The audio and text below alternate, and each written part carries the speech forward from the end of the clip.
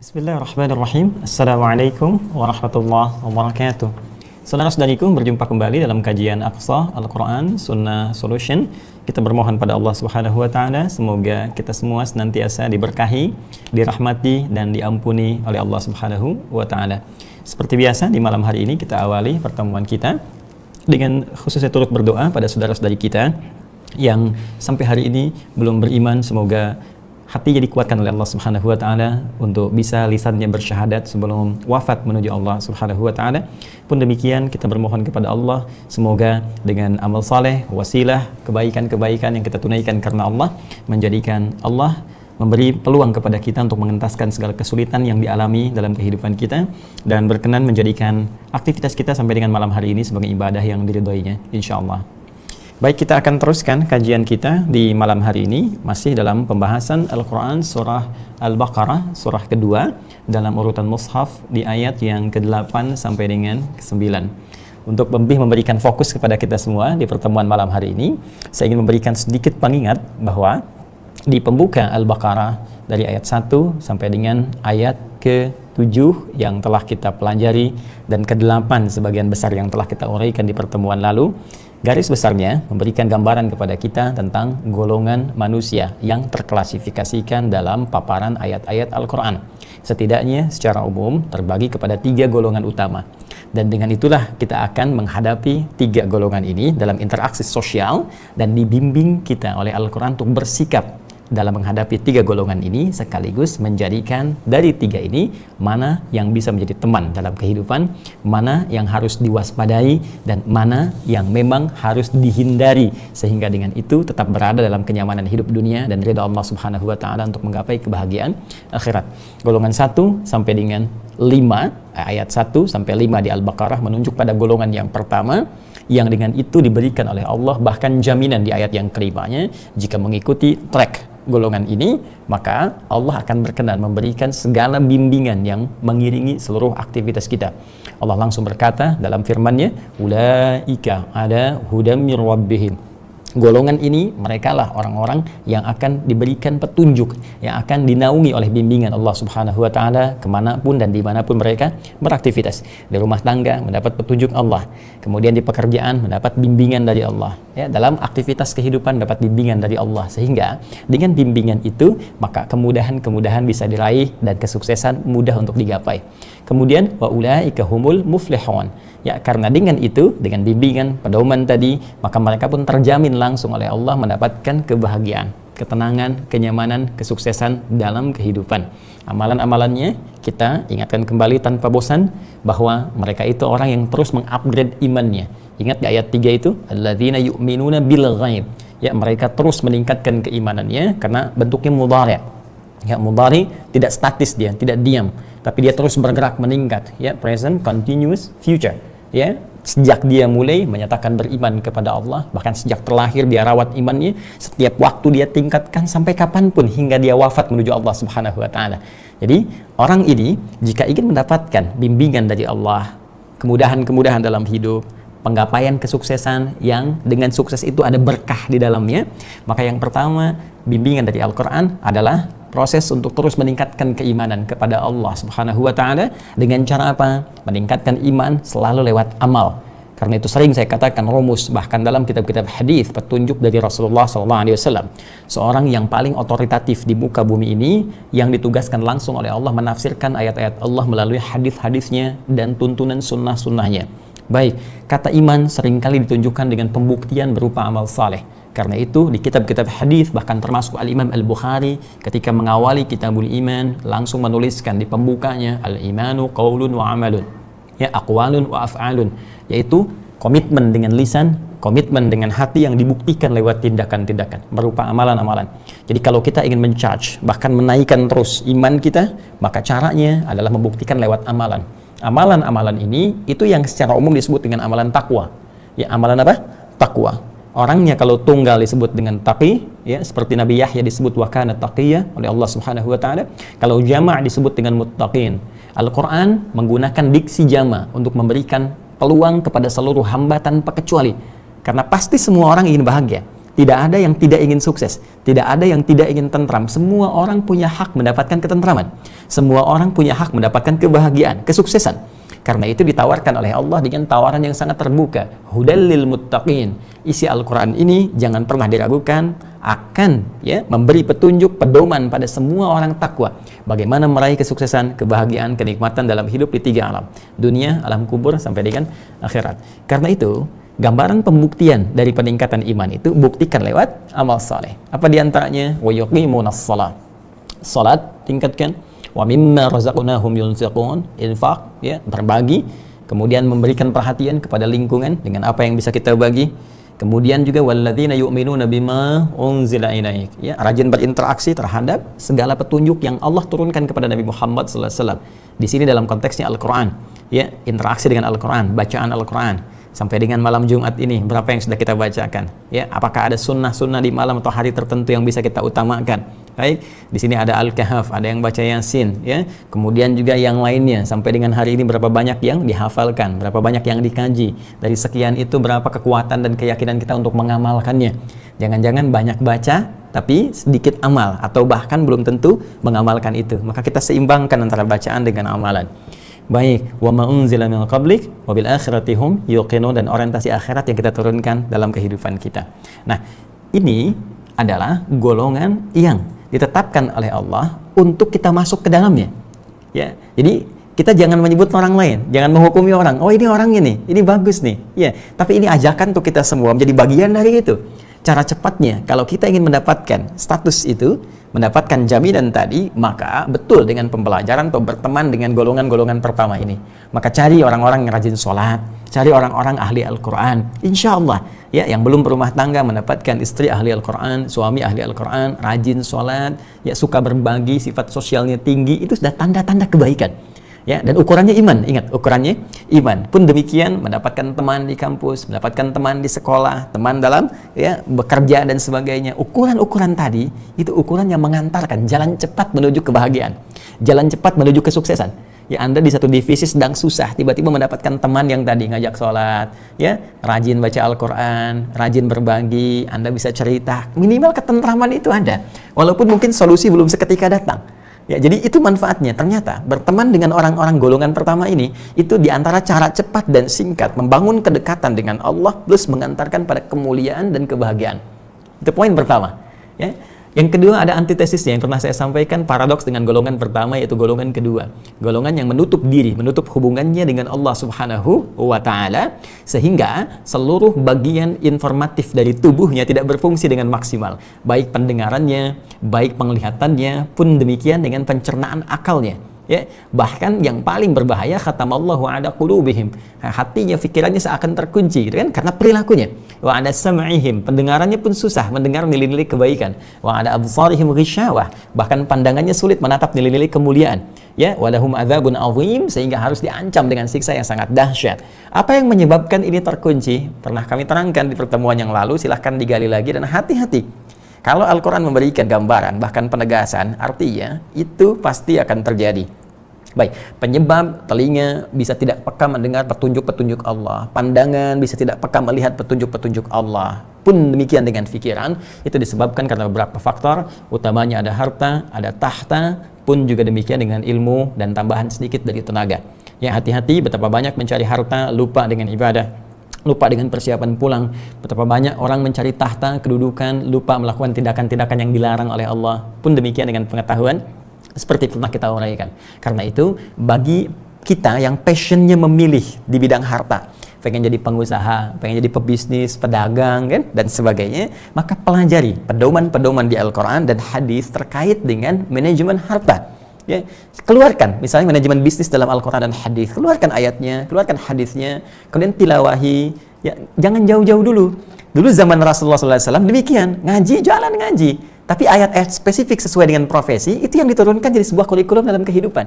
Jadi passion, memilih apa yang akan kita kerjakan, itu disupport dengan akar spiritual yang kuat. Sehingga dengan itu pendampingan Allah terhadap aktivitas kita, itu selalu abadi. Mengiringi setiap titian aktivitas kita. Karena itu cara paling cepat, seperti yang pernah saya sampaikan, keluarkan ayat-ayatnya. Bahkan memulai dengan tilawah itu. Ya, kita mengkaji sebelum mengeksekusi. Adaptasi dulu dengan ayat-ayatnya, adaptasi dengan pengetahuan hadisnya, pelajari tantangan-tantangannya. Kalau saya buka usaha begini, ya tantangannya seperti apa, gambarannya bagaimana, solusinya seperti apa, jalannya seperti apa. Setelah dipelajari, lalu kemudian mulai bertawakal kepada Allah, berdoa, minta diberi kemudahan, ikhtiar dengan cara yang benar, lalu tunggu hasilnya.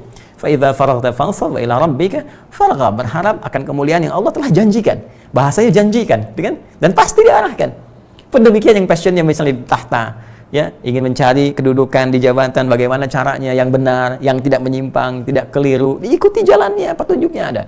Pun demikian lengkap sekali. Di kedokteran ada, di pendidikan ada, gitu kan? Hampir semua passion yang didapatkan dalam kehidupan di muka bumi ini petunjuknya ada. Pedomannya lengkap. Karena itu saya sering katakan, miniatur kehidupan di masa Rasulullah SAW yang diwariskan pada generasi setelahnya bukan sekedar menampilkan kepada kita pedoman yang terstruktur dan lengkap, tapi pembuktian dari setiap profesi yang pernah mereka jalani. Lihat, sahabat-sahabat Nabi yang diwariskan kemudian pengetahuan yang didapatkan dari Nabi kepada generasi setelahnya, para tabi'in, melahirkan siapa saja. Ya, bukan sekedar ulama-ulama hebat dalam pendidikan syariah, yang ahli fiqih, ahli tafsir, ahli hadis, itu tak terhitung jumlahnya, dan karyanya luar biasa. Jangan bayangkan kondisi sekarang yang mudah menemukan komputer, ya, ada printer, bisa ngetik, bisa ngeprint sendiri, sekarang bisa bicara, direkam, keluar dalam bentuk tulisan, langsung diprint. Tidak. Dulu orang dengan pengetahuan yang sangat dahsyat, wawasan yang sangat luas, tapi sarana dan prasarananya terbatas. Ya, coba lihat penerangannya bagaimana, tintanya seperti apa. Tapi silahkan cek berjilid-jilid kitab yang bahkan bisa temukan, ya, kita dapati sampai hari ini. Perhatikan manuskrip-manuskrip yang sampai kepada kita. Bagaimana tinta-tinta itu digunakan dengan sangat luar biasa. Ya, bagaimana dengan keterbatasan cahaya bisa menulis berjilid-jilid kitab. Satu kitabnya itu bisa ukuran cukup besar. Ini saja yang Ibnu Katsir rahimahullah, ya, yang ukuran seperti ini ada lebih besar lagi. Ada yang segini, ada yang segini. Ya, berapa halaman dibuat, berapa jilid, itu baru satu karya. Ada yang nulis 600 kitab. Satu kitab, satu judul yaitu 600 karya, satu karyanya bisa puluhan. Ya, bahkan belasan jilid gitu. Itu sangat luar biasa. Ya, ada yang pengusaha, asetnya sampai sekarang masih ada. Ya, ada yang aktif di bidang jabatan misalnya di birokrasi ada, sampai dikenang sampai dengan sekarang, sukses kepemimpinannya. Ya, ada juga kemudian ya di bidang-bidang yang lain teman-teman sekalian, ya ada di usaha, di bisnis asetnya ada, di bidang birokrasi, di militer lengkap semuanya. 12.000 sahabat Nabi, 38-nya panglima, pengusahanya ada, birokrasinya ada, ya dan seterusnya. Ya, pun demikian dengan pengajar, tipikal kita dalam usaha yang di kebun ada, yang bertani ada gitu. Jadi semuanya ada. Tinggal kita keluarkan passion apa yang bisa kita lalui dengan petunjuk-petunjuk itu. Tapi ingat, tantangannya pun mesti kita kenali, dan ini pun dikedepankan dalam menu kehidupan Nabi Shallallahu Alaihi Wasallam. Begini loh kisah orang-orang yang tadinya rajin tahajud, rajin puasa, begitu dapat proyek lupa dengan tahajud, lupa dengan puasa, lama-lama lupa dengan sholat sunnah, lupa dengan sholat fardu, lupa bayar zakat. Itu pun terjadi, ya. Dan itu bisa nyata gitu. Silahkan cek. Ya, tidak sedikit kan orang-orang yang bermohon dengan tahajudnya banyak, terus rajin sedekah, rajin puasa, begitu diberikan oleh Allah satu proyek saja lupa dengan itu semua. Ya. Karena itu, kadang dalam satu sisi tertentu, Allah itu langsung melatih kita sampai ke titik maksimal. Ya, sampai kita kuat dulu. Kadang-kadang baru tahajud sekali belum dikasih itu. 2 kali belum dikasih. Nanti setelah merasakan kenikmatan tahajud, hati sudah lebih bersih dari sebelumnya, nikmat ibadah, dan punya kemampuan mengelola harta benda dengan baik, baru diberikan. Kadang-kadang tak terbatas, kasih lagi, karena Anda sudah punya kemampuan untuk memanagenya dalam naungan ridha Allah Subhanahu wa Ta'ala. Jadi jangan kaget kalau baru tahajud sekali, ke masjid sekali, ya tiba-tiba misalnya melamar belum dapat, atau ini belum bisa diraih, itu biasa. Ya, boleh jadi Allah ingin melihat lebih jauh bagaimana kesungguhan kita dalam mendekat kepada Allah, bukan sekedar membawa proposal dunia yang disupport oleh ibadah-ibadah akhirat. Ya. Nah, ini bentuknya bisa berbeda. Baik, karena itu berhati-hati teman-teman sekalian, jangan sampai terjebak pada bisikan-bisikan setan. Pelajari kembali bagian kedua, golongan 2 yang saya sampaikan sampai 4 hingga 5 serial itu.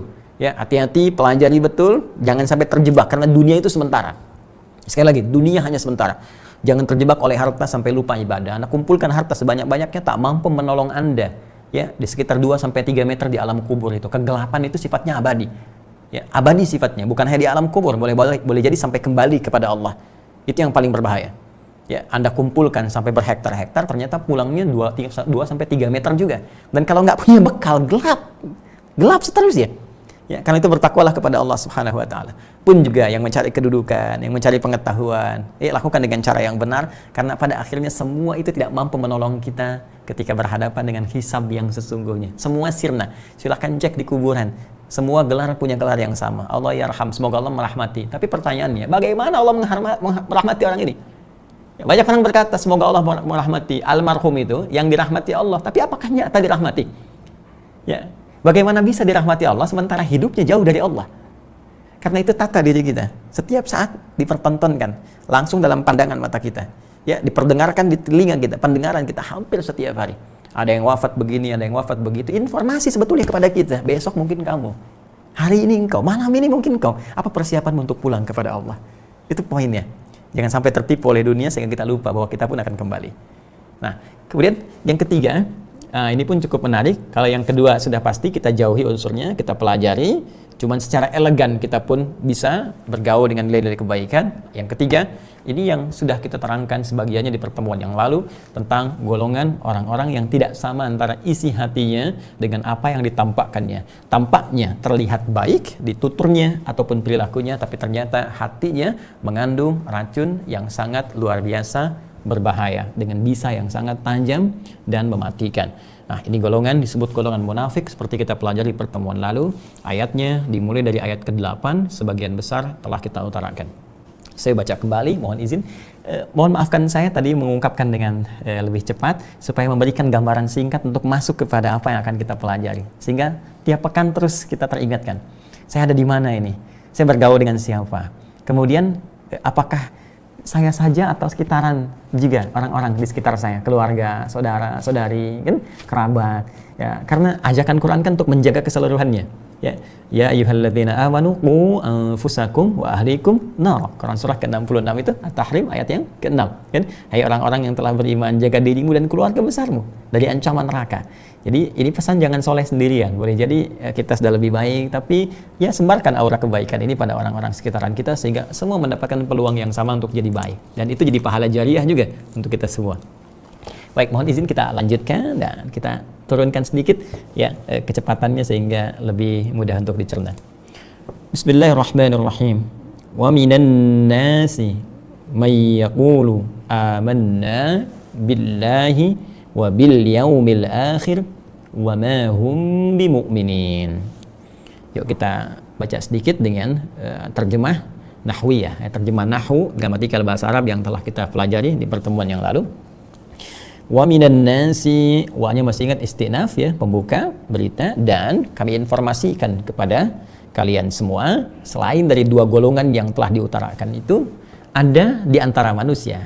Ya, dari sekian manusia yang hidup berinteraksi sosial di muka bumi. Ingat kalimatnya nas, ya kan? Bukan insan, bukan al-ins, bukan bashar, bukan bani Adam. Wa minan nasi, dan kami informasikan kepada Anda semua bahwa dari sekian manusia yang hidup berinteraksi sosial di muka bumi ini, may yaqulu amanna billahi wa bil yaumil akhir. Ada yang mendeklarasikan, ada yang mengungkapkan dengan begitu percaya diri dengan lisannya, ya, bahwa amanna, kami betul-betul telah yakin tanpa ragu, beriman billahi kepada Allah, kemudian wabil yaumil akhir, dan terhadap janji-janji yang diberikan di hari akhirat, ya, tentang hadirnya hari akhirat, tentang janjinya, ya, tentang hisab, tentang surga dan neraka, tentang balasan pahala dan sebagainya. Kemudian wa ma hum bimu'minin, dan sebetulnya mereka benar-benar tidak termasuk dalam golongan yang beriman itu. Baik, kita pernah ulas di pertemuan yang lalu, kawan-kawan sekalian. Ayat ini sampai kita bacakan juga dari sebagian keterangan yang disampaikan atau diulas oleh Al-Imam Ibnu Katsir dalam kitabnya Tafsir Al-Qur'anil Azim tentang awal mula sifat nifaq yang melahirkan orang-orang munafik di kalangan Al-Madinah Al-Munawwarah pada masa itu. Yang penting kita garis bawahi saat ini sedikit saja, ya, ada yang menarik untuk di i'rab, kemarin belum kita sempurnakan sepenuhnya. Ujung ayat di ayat yang ke-8, ya. Wa ma hum, seperti ini, bimu'minin. Ya. Saya berikan tema dulu. Golongan ketiga dari klasifikasi manusia yaitu kalangan munafik. Ya. Dari kata nafaqa, yunafiqu, ya. Orangnya disebut munafik, sifatnya disebut dengan nifaq. Wa minan nasi may yaqulu amanna billahi wa bil yaumil akhir. Ini telah kita selesaikan i'rabnya, ya. Dampak dari perubahan-perubahan kata dan harakat kepada makna telah kita uraikan, dan kami informasikan bahwa di antara sekian manusia yang hidup berinteraksi denganmu itu ada sebagian yang berkata, mendeklarasikan dirinya telah beriman kepada Allah dengan iman yang sesungguhnya dan terhadap segala hal yang terkait dengan yaumul akhir, hari kiamat. Lalu tiba-tiba langsung dibantah oleh Allah, wa ma hum bimu'minin. Ya. Kalau waw yang pertama, waw dibalas dengan waw tuh, ya. Waw pertama istinaf, pembuka, menyampaikan informasi, yang ini hal. Ya. Hal. Menerangkan keadaan, ya. Kaifa haluk? Bagaimana keadaanmu? Ya. Jadi dalam bahasa Arab hal itu keadaan, ya. Kaifa halak ya akhi, bagaimana kondisimu, keadaanmu hari ini saudaraku? Dan kaifa halak ya ukhti. Kalau orang Arab biasanya suka menyingkat begini, kalau untuk ke perempuan kaifa haluki, kalau laki-laki kaifa haluka. Tapi karena ujungnya dibaca mati kaifa haluk, maka untuk perempuan biasanya pakai i di lamnya, kaifa halik ya ukhti. Halik ya, kaifa halak ya akhi. Jadi u-nya dihilangkan oleh mereka. Ini yang slang ya, yang biasa pindah misalnya harakat karena disukunkan di akhirnya. Kaifa halak ya akhi, bagaimana kabarmu ya saudaraku laki-laki? Kaifa halik ya ukhti, bagaimana kabarmu saudariku, ya. Tapi kalau fasihnya gunakan dhammah, kaifa haluk, kaifa haluka, kaifa haluki. Tapi poinnya hal itu menunjuk pada keadaan. Ya. Nih. Keterangan terkait dengan kondisi apapun pada objek atau subjek yang sedang atau akan diterangkan. Jadi kalau kita ingin memberikan keterangan yang melekat, ya, pada satu objek tertentu atau subjek tertentu yang ingin kita sifati, keterangannya kita sampaikan keadaannya, sifatnya disebut dengan naat, ya, atau sifah. Nanti penempatannya dalam redaksi Kufi dan Basri itu agak berbeda istilah tapi esensinya sama, ya. Di sini kita akan menerangkan tentang keadaan sesuatu yang sesungguhnya seperti apa. Ya, bukan dari yang tampak kelihatan begini, tapi keadaan dalamnya tak nampak. Kita ingin terangkan, ini loh kondisi yang sesungguhnya begini. Keadaannya seperti ini, keterangannya begini. Maka dalam bahasa Arab nanti ada di pembahasan ilmu nahwu disebut dengan hal. Ya, biasanya posisinya nasab atau mansub. Wawunya hal. Jadi menariknya begini, Allah membuka informasi pernyataan mereka declare, deklaratif, ya, declare. Menyatakan saya beriman kepada Allah. Kami yakin dengan akhirat. Tapi ternyata dijelaskan oleh Allah keadaan mereka yang sesungguhnya, ya. Kita baca dengan terjemahan nahwunya, dan saya terangkan keadaan mereka yang sesungguhnya, kata Allah. Nah, ini yang paling menarik. Jadi mereka mendeklar, dibantah langsung oleh Allah, dijawab dengan waw hal, wa ma hum bimu'minin, dan saya terangkan keadaan mereka sesungguhnya pada kalian semua. Ya. Di sini kita gunakan maknya nafi, tapi kita pakai dengan rumus yang hijaziyah. Jadi ada ma hijaziyah, la'amilah. Jadi kalau kita melihat ma begini, ma itu ada nanti bentuknya isim mausul. Ini istilah saja, ya. Ya, untuk menyambungkan sesuatu. Ada ma itu bisa menggunakan istifham. Istifham itu tanya, ya, mas muka, siapa nama Anda? Ada ma sifatnya nafi. Ya, nafi itu menolak sesuatu. Nah, di kalangan orang Hijaz, hijaziyah disebutnya ma al-hijaziyah. Ma ini punya fungsi seperti laisa. Ya, laisa itu menolak sesuatu, menafikan atau menolak, ya, menafikan. Mohon izin ya, diikuti saja. Kalaupun misalnya, oh ini apa sih, ada laisa, ada hijaz, ada, ini istilah saja. Nanti yang teman-teman yang belajar dasarnya mengetahui. Tapi yang penting pahamnya, itu yang ingin saya kejar. Nanti pendalamannya bisa, insya Allah kita belajar terpisah, ya. Nanti lain waktu kita cari waktu. Saya coba rumuskan yang paling mudah untuk mengetahui dan belajar secara sistematis bahasa Arab. Insya Allah, ya, insya Allah. Kesini dulu. Ma-nya di sini kita gunakan ma yang nafi sifatnya dengan rumus hijaziyah. Di kalangan hijaziyah, ahli Hijaz, ma-nya berfungsi seperti laisa, yaitu punya fungsi menolak sesuatu. Tapi juga nanti di i'rab pada perubahan kata dia punya rumus merafa'kan khabar, ya, menasabkan, kemudian merafa'kan isim, menasabkan khabar. Ya, merafa'kan isim, rafa'. Kita lihat baik-baik harakatnya nanti dengan dhammah, ya. Dengan dhammah kemudian nasab dengan fathah. Isim, jadi setelah ini ada isim. Ikuti saja dulu. Kemudian ada khabar. Ya. ini menunjuk kepada objek yang dibicarakan, ini menunjuk pada keterangan yang disampaikan, informasi. Khabar itu sudah diserap jadi bahasa Indonesia, jadi kabar. Ya, kabar pagi, kabar siang, kabar sore, kabar malam, apa kabar? Pagi, siang, sore, malam. Ya, itu dari bahasa Arab, khabar. Ya, kabar, keterangan, berita. Nah, jadi nanti ma ini ya akan menerangkan keadaan tentang isim sekaligus khabar, beritanya bagaimana. Tapi sifatnya menolak, menafikan. Nah, ma al-hijaziyah ya tarfa'ul isma wa tansibul khabar mithli amal laisa, seperti amalan laisa. Jadi saya ingin tekankan bahwa kalau ada ma di sini yang fungsinya nafi berarti menolak sesuatu. Jelas? Siapa yang ditolak ini? Hum. Ya. Dhamirun munfasilun mabniun 'ala sukuni fi mahalli rafa'. Ya, ism ma. Dhamir munfasil yang terpisah. Saya ingatkan di pertemuan lalu kalau ada kata ganti, dhamir itu kata ganti. Ya, hum. Huwa, huma, hum, huwa, dia, huma, berdua, hum, mereka, bentuk jamak. Ya, kalau saya, ana, kalau kita, nahnu, ya kan? Terus anta, kamu laki-laki, anti, kamu perempuan, ya? Hiya, dia perempuan, hunna, mereka perempuan, huwa, huma, hum, hiya, huma, hunna, anta, antuma, antum, anti, antuma, antunna, ana, nahnu, hum, menunjuk pada mereka. Fokus ini. Perhatikan rumusnya. Setelah ma, ada isim menunjuk pada objek. Siapa yang kemudian ditunjuk setelah ma ini menjadi isim atau objeknya? Langsung masukkan ke ayatnya. Setelah ma, hum.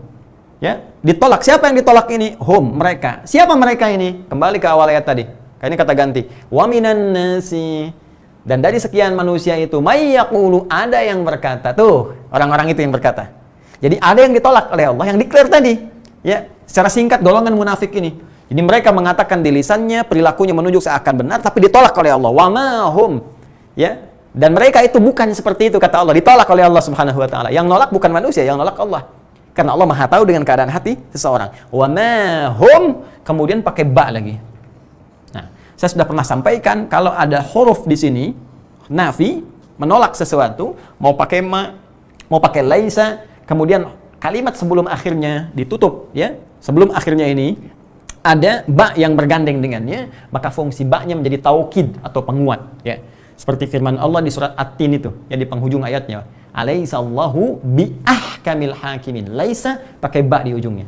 Sifatnya taukid atau penguat. Kalau sudah pakai taukid, ini menunjuk Allah sangat begitu serius dan tidak main-main cara menerjemahkannya, dan mereka itu benar-benar, saya yakinkan, ya, kata Allah, ya, saya yakinkan, saya terangkan, dan saya terangkan pada kalian, mereka itu benar-benar tidak mukminin, beriman sama sekali. Ya, ini mukmininnya, ini khabar ma ke sini, dan bentuknya jama' di sini. Bentuknya apa? Bentuknya jama', menunjuk kepada golongan ini bukan sekedar akan menunjuk tokoh 1, 2, 3 orang, tapi bisa juga menunjuk pada kelompok yang cukup banyak. Dan saya sampaikan di pertemuan yang lalu bahwa sifat nifak yang membentuk orang munafik ini menunjukkan bahwa sifat ini bisa menular, membentuk satu golongan atau komunal, kelompok tertentu. Bukankah sebab munculnya munafik, ya, dengan sifat nifaknya di Al-Madinah Al-Munawwarah karena ketokohan salah seorang Abdullah bin Ubay bin Salul dulu itu, ya, yang mereka orang-orang Aus dan Khazraj, dua suku yang kuat di Madinah yang sudah siap kemudian membentuk satu sistem komunal, sistem sosial yang kuat, membentuk satu komunitas yang baik, ya, tapi sangat disayangkan, ya, dipelihara kemudian oleh orang-orang Yahudi pada masa itu supaya bertikai, ya, tidak pernah akur selama 600 tahun. Tapi mereka sepakat bahwa ada satu yang disosok, yang digadang-gadang oleh mereka, diproyeksikan menjadi pemimpin, yaitu Abdullah bin Ubay bin Salul. Tapi ternyata rencana tidak sesuai dengan harapan. Dengan tibanya sosok yang lebih baik, Nabi Muhammad SAW, yang dengan tulus ikhlas memberikan perhatian, merubah suasana Yathrib yang kotor jadi Madinah yang penuh dengan cahaya, semua meningkat, resesi selesai, kemudian perselisihan pun selesai, tuntas semuanya, jadi baik keseluruhannya, sehingga orang-orang condong kemudian untuk mendapat dan mendengar dari Nabi Muhammad SAW. Maka pada saat itulah Abdullah bin Ubay bin Salul di baru satu. Ya, seperti saya sampaikan pertemuan lalu, dia berpikir, kalau saya ingin tetap jadi raja, saya ingin tetap dapat kedudukan, maka saya harus mendapatkan simpati dari pengikut Muhammad SAW. Maka caranya bagaimana? Menampakkan keislamannya, tapi hatinya memendam kebencian yang sangat kuat. Maka Masuklah Islam dengan berkamuflase, diikuti kelompoknya, ditularkan virusnya kepada mereka, dan inilah awal kemunafikan muncul di Al-Madinah Al-Munawwarah yang kemudian menjadi sistemik karena mengelompok dan melahirkan komunal-komunal tertentu. Nah, ini pelengkap di pertemuan yang lalu. Kita akan teruskan bagaimana sifat-sifat mereka, bagaimana ciri-cirinya supaya kita bisa secara elegan bergaul tapi waspada dan bisa menghindari tipu daya sifat-sifat semacam ini. Kita akan lanjutkan setelah menunaikan sholat Isya berjamaah. Ya, bersambung setelah menunaikan sholat Isya berjamaah. Subhanakallahumma wa bihamdika asyhadu an la ilaha illa anta astaghfiruka wa atubu ilaik. Assalamualaikum warahmatullahi wabarakatuh. Saudara-saudariku, kembali berjumpa dalam kajian Aqsa Al-Quran Sunnah Solution. Kami di sini dari Indonesia bagian barat, tepatnya di Bekasi, telah menunaikan sholat Isya berjamaah. Pun demikian, kita bermohon pada Allah bagi saudara-saudariku yang juga telah menunaikan sholat Isya berjamaah beserta amalan sunnahnya. Semoga Allah berkenan menerima seluruh amalan yang telah kita tunaikan. Begitu pula bagi saudara-saudariku yang terhubung dengan saluran ini dan boleh jadi berada di wilayah Indonesia yang berbeda waktunya dan telah menunaikan sholat Isya. Semoga demikian diterima sholat kita semua. Juga saudara-saudariku yang terhubung di saluran ini ada Hidayat Official yang terhubung dari belahan negara atau dunia yang berbeda. Tadi saya dapat informasi ada yang terhubung dari Kanada, dari Jepang, dari Hong Kong, Abu Dhabi, Taiwan, Malaysia, dan beberapa yang lainnya. Saya bermohon pada Allah semoga seluruhnya senantiasa disehatkan, diberkahi, dan diberikan kemuliaan oleh Allah Subhanahu wa Ta'ala. Baik, kita coba lanjutkan kembali pembahasan kita seputar golongan ketiga, termasuk klasifikasi manusia yang diinformasikan langsung oleh Allah Sang Pencipta lewat keterangan Al-Quran Al-Karim di surah Al-Baqarah, surah yang kedua di ayat yang ke-8, dimulai dari ayat yang ke-8. Mohon izin kami bacakan kembali. A'udzubillahi minasyaitonirrajim. Wa minan nasi may yaqulu amanna billahi wa bil yaumil akhir wa ma hum bimu'minin. Dan kami informasikan, kata Allah, dari sekian manusia yang hidup berinteraksi secara sosial denganmu, akan kau dapati orang-orang yang mendeklarasikan dirinya beriman kepada Allah dan hari akhir. Namun, ketahuilah, sesungguhnya mereka benar-benar tidak beriman. Ada yang menarik seperti diuraikan sebelum Isya tadi, bahwa ketika orang-orang mendeklar dirinya, manusia mengatakan kami beriman, ternyata yang membantah keimanan itu bukan Rasulullah SAW, tetapi langsung Allah yang memberikan informasi. Dan ini karakteristik dalam Al-Quran terkait keimanan, kekufuran, itu informasinya secara prerogatif langsung turun dari Allah. Ya, bantahan dengan diksi yang serupa, ya, situasi yang berbeda, tapi penegasan yang sama. Kita dapati misal di Quran surah ke-49 Al-Hujurat, ya, di ayat ke-14, ketika segolongan Arab Badui juga mendeklarasikan diri mereka beriman kepada Allah. Qalatil a'rabu amanna. Ya, segolongan Arab Badui berkata, kami telah beriman kepada Allah Subhanahu wa Ta'ala. Maka apa yang terjadi? Allah memberi perintah kepada Nabi untuk menyampaikan. Jadi langsung dari Allah keterangannya. Qul, katakan Muhammad sallallahu alaihi wasallam. Ini kata qul, ya, ini menunjukkan bahwa informasi ini bukan bersumber dari Nabi, tapi ada perintah yang meminta Nabi menyampaikan. Itulah diantara hikmah, ya, diantara pembuktian tentang kebenaran risalah Nabi Muhammad sallallahu alaihi wasallam dan otentisitas Al-Quran, kebenaran mutlak Al-Quran. Ya, ada yang menuduh Rasulullah ini Al-Quran buatan Muhammad SAW, Al-Quran rekayasa Nabi. Ya, bukan hanya kini, 15 abad yang lalu pun sudah ada yang seperti itu. Jadi kalau ada orang sekarang berkata Al-Quran rekayasa Nabi Muhammad, ini orang ketinggalan informasi, terlalu jauh, ya, dan terlambat, sangat jauh terlambatnya, karena 15 abad yang lalu keterangan ini, ya, dugaan ini, bahkan tuduhan ini sudah muncul dan langsung dibantah. Apa di antara bantahan yang paling elegan? Qul, katakan. Ya, mustahil ada orang misalnya membuat sesuatu langsung kemudian tiba-tiba informasinya diarahkan kepada pihak lain. Qul.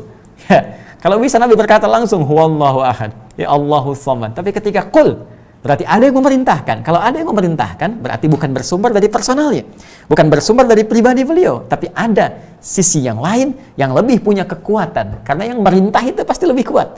Ya, Allah lebih kuat. Allah perintahkan qul a'udzu birabbin nas, qul a'udzu birabbil falaq, qul a'udzu birabbin nas, qul huwallahu ahad.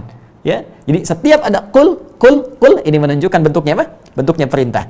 Qalatil a'rabu amanna. Sebagian orang Arab Badi berkata, kami telah beriman. Qul, katakan Muhammad SAW, saya perintahkan kepadamu, katakan kepada mereka, lam tu'minu. Kalian belum serius, nggak benar iman kalian. Belum benar-benar beriman. Walakin qulu aslamna. Tapi cukup katakan kami baru mendeklarasikan masuk Islam.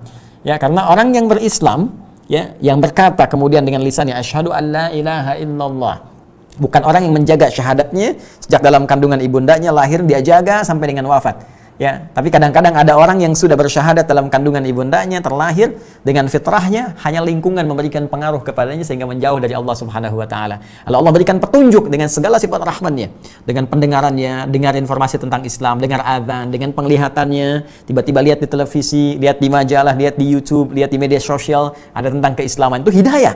Ya, ada petunjuk kepada akalnya, sedang diskusi menemukan ini, didiskusikan, itu dari Allah petunjuk. Diberikan untuk kembali. Ketika dia kembali mendapatkan itu semua, ada kesadaran dengan benar, diucapkan di lisannya asyhadu an la ilaha illallah wa asyhadu anna muhammadar rasulullah SAW. Itu kalimat di lisan menjadi kunci pembuka babul Islam, pintu keislaman, masuk Islam. Hanya apakah kalimat ini, kalimat iman ini sampai ke hati atau tidak? Nah, ini bergantung pada suasana hatinya. Motif apa yang mendorong ia mengucapkan syahadat itu? Bagi kalangan orang munafik, orang-orang tertentu, karena ada penyakit di hatinya, kalimat ini nggak nyampe ke hati. Ya, kalimat ini cuma di lisannya. Karena itu teruskan ayatnya di Quran surah 49 tadi, ayat ke-14, walakin qulu aslamna walamma yadkhulul imanu fi qulubikum. Ya, katakan saya secara formal baru masuk Islam. Tapi formalitas. Karena kenapa? Kalimat iman yang diucapkan di lisan itu tidak ditembuskan kepada hati, ke jiwa, ke sini. Ya, kenapa? Karena semua yang tembus kepada hati, ke jiwa, nanti akan diberikan instruksi dari hati itu dengan petunjuk imannya kepada seluruh anggota tubuh yang membentuk perilaku. Nanti akan nampak. Jadi orang beriman itu akan terlihat dari perilakunya, teman-teman sekalian. Karena itu kalimat iman di Al-Quran itu seringkali disandingkan dengan perilaku. Ya, perilaku yang baik. Perilaku itu bahasa Arabnya amal. Ya, kebaikan yang bersumber dari nilai iman, ya, yang diberi petunjuk oleh Allah disebut saleh namanya. Karena itu ada istilah amal saleh. Ya.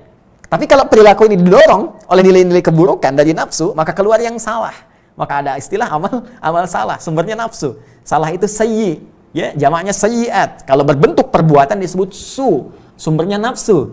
Buka Quran surah ke-12 Yusuf, ayat ke-53. Ya, wa ma ubarri'u nafsi innan nafsa la'ammaratum bisu. Ya, kita tidak bisa mendeklar kita orang suci karena ada potensi nafsu, dan nafsu cenderung memerintahkan kepada su, perbuatan yang buruk. Sifatnya sayyi, jamaknya sayyiat, ya, perbuatan yang disebut dengan su, ya, nilai keburukan. Baik, kembali kepada yang tadi. Maka iman ketika masuk kepada hati, ke jiwa, nanti akan dibimbing. Ya, dengan jiwa takwanya mendorong nilai-nilai keimanan itu ditembuskan. Ya, seakan-akan merambat gelombang-gelombang iman itu, merambat ke mata, merambat ke telinga, merambat ke tangan, sampai ke ujung kaki. Dan dibimbinglah semua anggota tubuh ini untuk berperilaku. Karena itu seringkali di dalam Al-Quran, kata-kata iman disandingkan dengan perbuatan-perbuatan yang baik. Perbuatan tadi amal, baik, saleh, jamaknya salihat. Quran surah 103, wal 'asr, innal insana lafi khusr, illa alladhina amanu wa 'amilus salihat. Nah, kalau sudah beramal soleh, maka petunjuk-petunjuk itu akan dibawa kepada aktivitas seluruh anggota tubuh. Karena itu silahkan cek.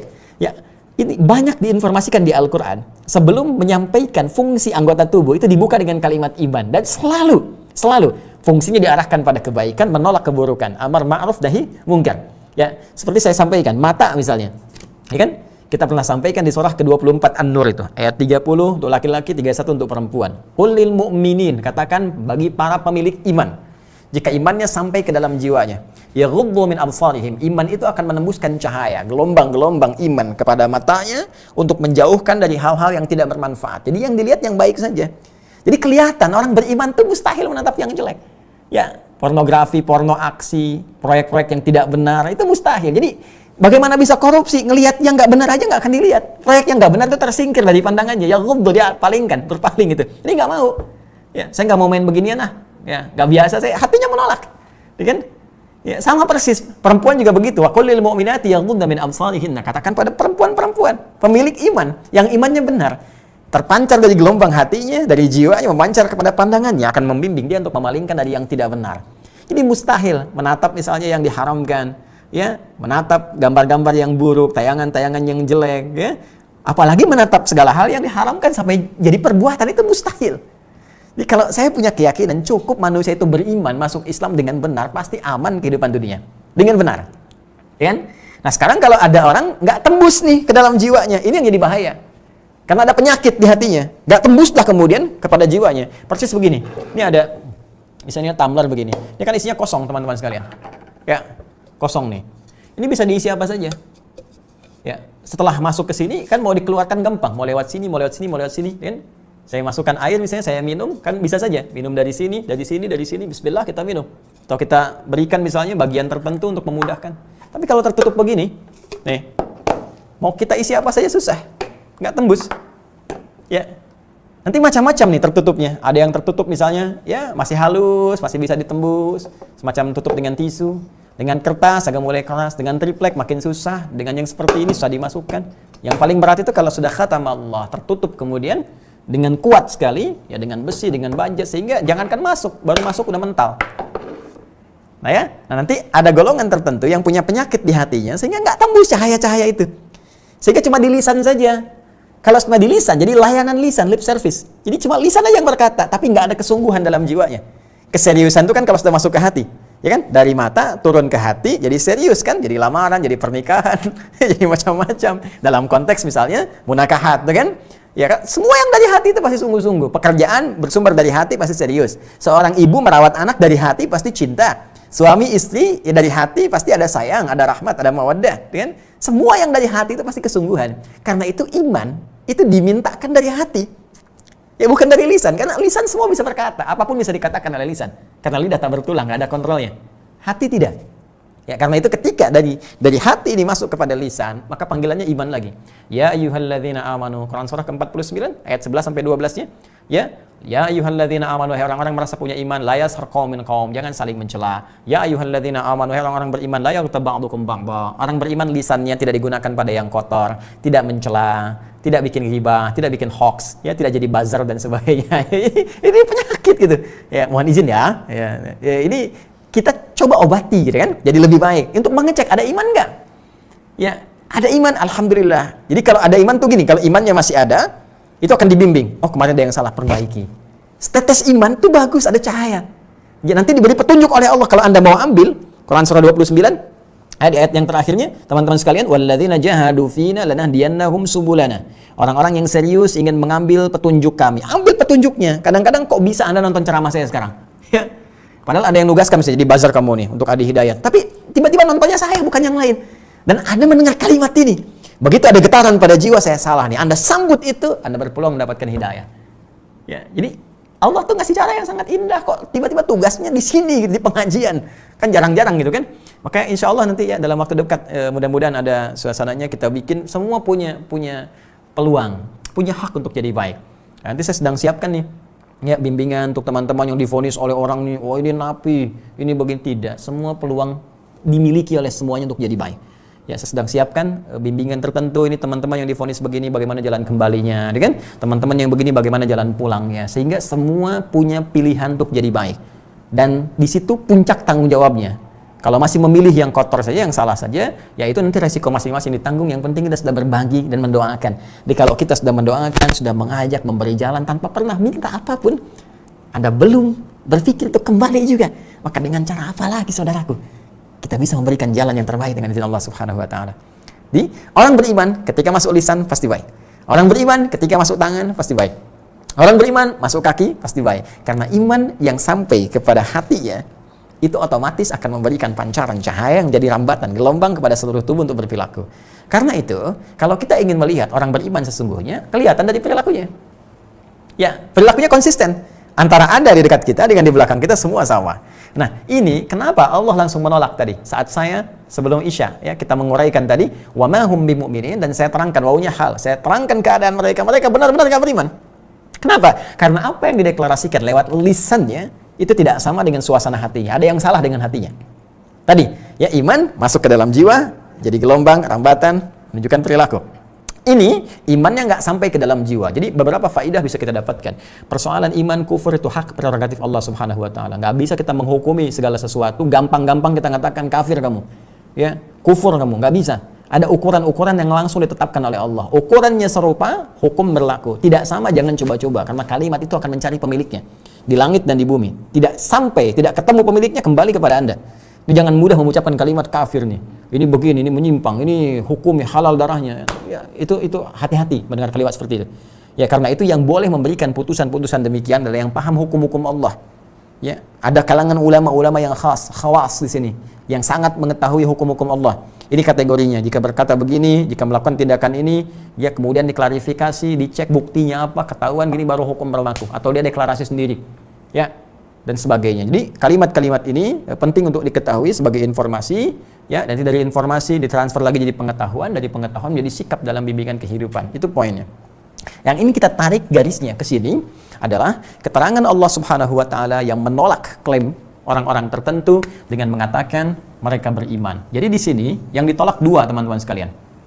Ya, yang ditolak dua. Ini kan ada penolakan, nafi. Jadi yang pertama adalah menolak pernyataan mereka sebagai insan beriman. Ya. Ini ada bentuknya pernyataan yang ditolak. Nah, jadi keyakinannya, imannya justru dipertanyakan oleh Al-Quran. Kamu benar-benar beriman? Kok perilakunya begini gitu? Orang beriman gak begini. Ya, karena itu yang kedua, setelah pernyataannya, keimanannya dipertanyakan, perilakunya pun ya ditolak oleh Allah perilakunya. Aktivitasnya, orang beriman gak begini. Orang beriman gak bicara A di depanmu, di belakang jadi B. Ya, nampak baik padahal di hatinya ada keburukan. Gak begini kata Allah. Orang beriman gak seperti itu. Karena itu kalau kita menemukan ciri-ciri yang seperti ini, maka ini diantara tanda-tandanya. Ya, persis seperti kita dapati dalam pertemuan yang lalu ketika kami terangkan tentang Abdullah bin Ubay bin Salul. Terlihat seperti baik, pengen support Nabi SAW, menampakkan diri masuk Islam, tapi ternyata tujuannya berbeda. Di hatinya ada proyeksi-proyeksi lain, harapan-harapan dan penguatan-penguatan, bahkan menularkan keadaan itu kepada orang lain, sehingga membentuk komunitas yang dengan komunitas itu berharap bahkan melakukan tindakan buruk kepada Nabi SAW dalam kondisi tertentu. Artinya, ini ada unsur yang tidak sama, tidak selaras, tidak serupa. Ada tercium ya aroma-aroma penipuan, tercium aroma-aroma pengelabuan.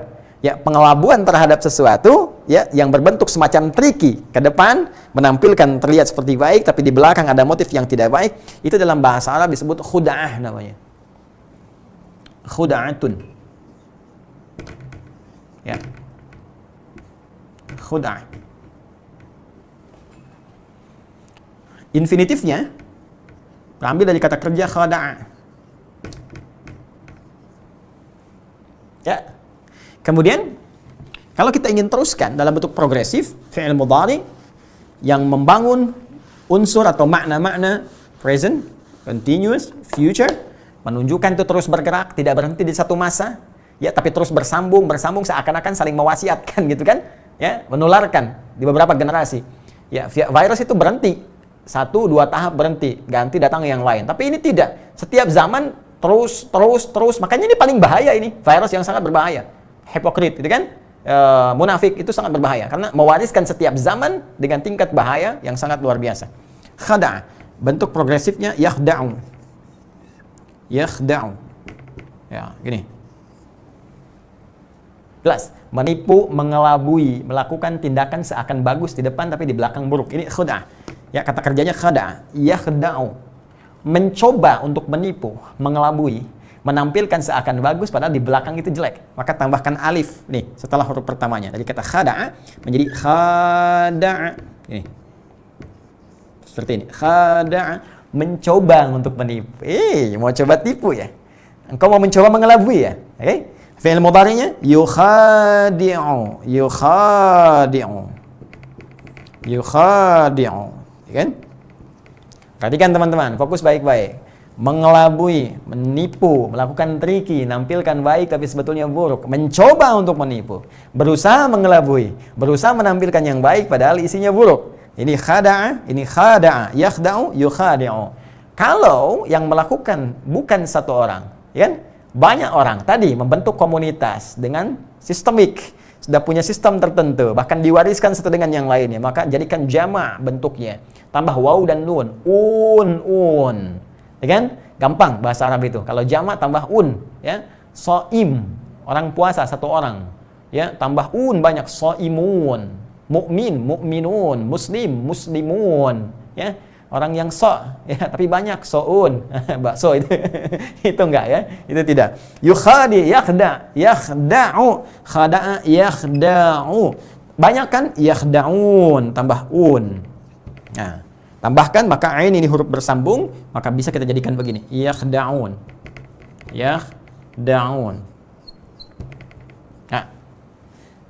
Yukhadi'u, banyak kan? Yukhadi'un. Tambahkan un di ujungnya, waw dan nun.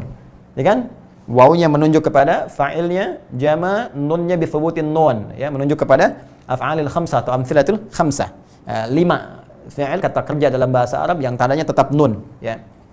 Kemudian kita tuliskan begini karena ain huruf bersambung, yukhadi'un. Tadi tipikal orang munafik, ya kan? Mencoba untuk mengelabui, menampakkan yang baik-baik tapi hatinya tidak baik. Ada trikinya tapi dalam konteks yang negatifnya, sehingga seakan-akan terlihat baik tapi membahayakan. Itu dalam bahasa Arab disebut apa? Khuda'ah, ya kan? Infinitif kata kerjanya khada'a. Kalau mencoba untuk melakukan itu, khada'a. Kalau ada terus potensi itu berlanjut, bukan hanya di masa Nabi saja, masa sahabat mungkin terjadi, tabi'in bisa terjadi, bahkan di masa kita pun mungkin akan terlihat. Dan tidak akan jauh dari perilaku yang masa lalu. Cuman casingnya aja beda, kemasannya mungkin tidak sama, tapi esensinya serupa, ya kan? Zaman dulu, Abdullah bin Ubay bin Salul ada yang mencoba menipu Nabi dalam konteks mencari kekuasaan. Ya, bisa terjadi zaman sekarang pun. Ada konteks orang untuk mendapatkan kekuasaan, bisa jadi menampilkan hal-hal yang seakan baik, tapi akhirnya tidak demikian. Ya, dalam konteks bisnis bisa terjadi, dalam konteks pengetahuan bisa terjadi. Ya, karena itu kita akan teruskan. Kalau mencoba melakukan khada'a, yukhadi'u, yukhadi'un. Yang paling menarik, setelah kita mengetahui ini, kita baca ayat yang ke-9-nya, bagaimana Allah menetapkan ciri-ciri perilaku dari kalangan munafik ini supaya kita waspada. Ayat ke-9. Yukhadi'una Allah walladzina amanu wama yakhda'una illa anfusahum wama yash'urun. Lihat, dua-duanya ada kan? Ya, dua-duanya ada kan? Pertama, yukhadi'una Allah walladzina amanu. Maka cara menerjemahkannya, mereka mencoba. Karena Allah mustahil tertipu. Nggak ada yang bisa nipu Allah. Coba-coba nipu Allah, ya. Nah, gitu bahasanya. Ya, yukhadi'un Allah, mencoba menipu Allah. Walladzina amanu, dan orang beriman. Nanti kita akan lihat, ya. Wa ma yakhda'una, dan tidaklah mereka menipu, ya, illa anfusahum, kecuali diri mereka sendiri. Jadi yang beneran ketipu diri mereka sendiri. Jadi orang munafik itu cuma nipu diri. Allahu akbar. Oke, jauhilah sifat nifak itu. Jangan jadi orang munafik karena capek. Ya, karena mustahil menipu orang beriman. Apalagi mau menipu Allah, mustahil. Kalau bahasa kitanya, mau nipu Allah ya? Nggak akan bisa. Makanya kita terjemahkan, mereka mencoba menipu Allah dan orang beriman. Dan tidaklah mereka menipu, kecuali diri mereka sendiri. Jadi mereka aja yang tertipu. Wa ma yash'urun, cuman nggak sadar aja. Wa ma yash'urun, dan mereka tidak menyadarinya. Yuk kita yang Arab dulu ya, supaya kita melihat bagaimana perubahan katanya. Supaya kita belajar Al-Quran dengan lebih nyaman ya, asik gitu, menyenangkan. Jadi kita tidak ambil maknanya begini secara umum, tidak. Kita kaji sampai keindahan bahasanya, lafadznya bagaimana.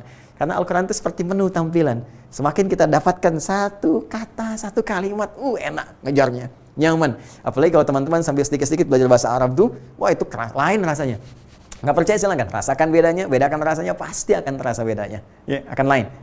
Yuk kita lihat ya. Bismillah. Masuk ayat 9. Ya. Ciri-ciri orang munafik atau tanda-tanda orang nifak. Baik ya. Tadi secara umum Allah sudah sampaikan bahwa antara perilaku dengan apa yang tersimpan dalam jiwanya itu tidak sama, tidak ada konsistensi, kan? Tidak memiliki, tidak konsisten, ya, antara hati dan perbuatan. Betul. Terus kita tanya, apa yang tidak konsisten itu ya Allah? Seperti apa cirinya? Realnya bagaimana? Kalau kami dapat keterangan ini saja, nggak ada detail ya, kayaknya sulit kami memberikan analisis atau mengetahui dengan baik. Maka langsung, sebelum kita bertanya, Allah memberikan jawaban. Ayat 9 ya. Kita tuliskan. Bismillah. Ya, yukhadi'unallaha.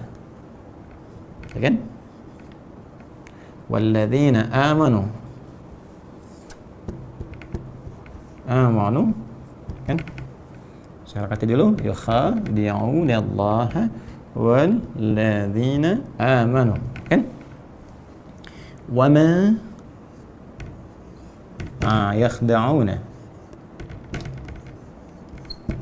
illa anfusahum. Kan? Wa ma yash'urun. Nanti kita coba baca juga dengan riwayat yang lainnya, karena bagian yang kedua pun bisa dibaca dengan yukhadi'un, ya, khususnya di riwayat Qalun dan Warsh. Wa ma yakhda'una illa anfusahum wa ma yash'urun. Nah, ayat 9 ya. Ya. Baik. Yukhadi'una Allah, ini fi'il mudhari'. Bentuknya mudhari'. Ya. Fi'lun mudhari'un marfu'un litajarrudihi, ya, 'anil nawasibi wal jawazim. Fi'il mudhari' ini rafa', ya, karena tidak ada awalnya yang menunjukkan kepada nasab atau jazam. Nasab menjadikan harakat menjadi fathah, kemudian mansub, jazam itu menjadi mati seperti lam dan seterusnya. Nasab seperti an, lan, kai, lam, ju dan seterusnya, ya. Kemudian itu informasi ya, tapi nggak usah dihafalkan. Yang saya ingin paham saja. Ini mudhari'. Ingat tanda mudhari' itu di depannya, ya, selalu ada anita.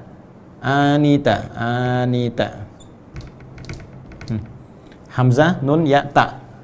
Nanti untuk memudahkan saja ya, untuk memudahkan. Hamzah, nun, ya, ta. Ini pasti bentuknya mudhari'.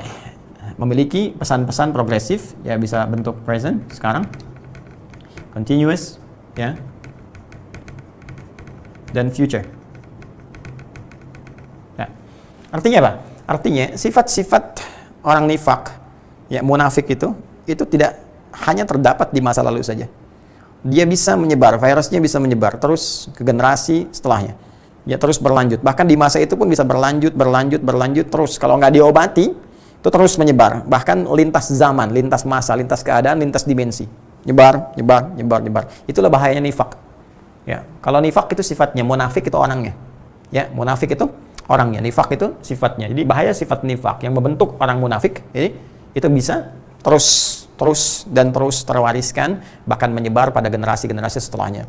Ya, dan kalau saya sering katakan, saya tegaskan, pasti yang Allah sampaikan itu pasti benar. Ya, even itu di lingkungan kita pun pasti kita dapati. Baiknya, teruskan. Kemudian yukhadi'un, ini wawunya disebut dengan wawu jamaah, menunjukkan fa'il atau subjeknya, pelakunya. Ya. Karena ini menunjuk fa'il ini banyak, maka potensi untuk terjangkiti virus atau virus nifak ini bukan 1-2 orang, bisa banyak orang.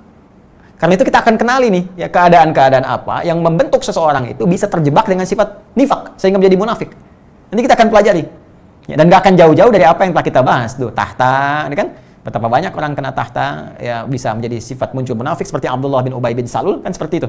Abdullah bin Ubay bin Salul karena ingin dipromosikan dapat jabatan, akhirnya menampakkan sesuatu seakan-akan dekat dengan umat Islam pada saat itu. Ya, untuk menarik perhatian, menarik simpati, bikin kampanye dekat dengan Nabi dan sebagainya, tapi perilakunya justru bertolak belakang dengan nilai-nilai keislaman. Jadi petunjuk-petunjuk Nabi SAW. Maka hati-hati juga. Ya, maka saya ingatkan nih ke teman-teman yang ikut konstelasi, ya, yang di pilkada dan sebagainya, ya, yang calon-calon, hati-hati dengan jebakan-jebakan ini. Ya, kalau nanti ada tiba-tiba yang konsultan Anda misalnya menyampaikan, nih pemilihnya umat Islam nih, pakai peci aja nih, pakai kerudung aja nih, ya nggak apa-apa, setelah dipilih nanti gampang lah, ya kita bisa jauhi ini. Itu hati-hati, itu virus tuh. Ya, kalau mau jadi muslim beneran, mukmin beneran, karena itu akan merugikan diri Anda sendiri. Ya, hati-hati itu. Musim kampanye nyumbang ke masjid karpet, begitu nggak kepilih tarik sama karpetnya sekalian. Ya, musim kampanye nyumbang ke masjid gentengnya, begitu nggak terpilih balikin dari gentengnya, kan bahaya tuh. Ya. Bikin capek sendiri. Karena itu telah terjadi di zaman Nabi. Jadi kalau berulang sekarang, Anda ketinggalan, Bung. Anda tertinggal jauh. Artinya Anda menjadi politisi, ya, yang jauh tertinggal lah. yang terlambat. Jadi kan, karena itu saya sarankan hati-hati, ya. Ingat loh, saya tidak menyebut nama, ya. Ya, kalau Anda mengaku, ya saya tidak keberatan. Artinya kan Anda bisa berubah gitu kan. Jadi saya tidak mengarahkan dan tidak memvonis sesuatu, tapi saya mengingatkan ada potensi terjadi.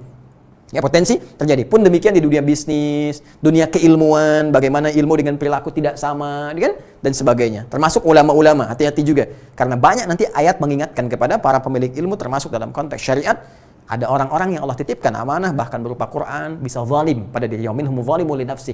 Ada yang mengikuti ya arahan-arahan setan, fakana minal ghawin, membuat fatwa yang tidak benar dan sebagainya. Bahkan nanti kita akan lihat. Ya, nanti ada surah tersendiri diturunkan oleh Allah, surahnya surah orang-orang nifak, orang munafik. Ya, bahkan diberi nama dengan Al-Munafiqun, surah ke-63. Ya, idza ja'akal munafiquna qalu, ya, apa yang mereka katakan? Nashhadu innaka la rasulullah. Wallahu ya'lamu innaka la rasuluh. Wallahu yashhadu, ya, innal munafiqina lakadzibun. Ini dalam sekali nih, Allahu akbar, dalam sekali. Idza ja'akal munafiqun. Para ulama tafsir berkata, kenapa ada kalimat ja'aka, datang kepadamu? Karena sifat orang munafik itu di depan kamu aja baik. Saat perlu kamu gitu. Ya, saat perlu kamu. Jadi ketika perlu kamu, ada kamu, kelihatannya baik, di belakang kamu bisa jadi jelek. Ya, sampai mereka berkata di depan kamu, ya Muhammad, kata Allah Subhanahu wa taala, ya Muhammad SAW, kami bersaksi engkau itu adalah Rasulullah. Allah jawabnya nyantai aja, saya juga tahu dia Rasul. Kata Allah, Allahu ya'lamu innaka la rasuluh. Allah juga tahu kamu Rasul.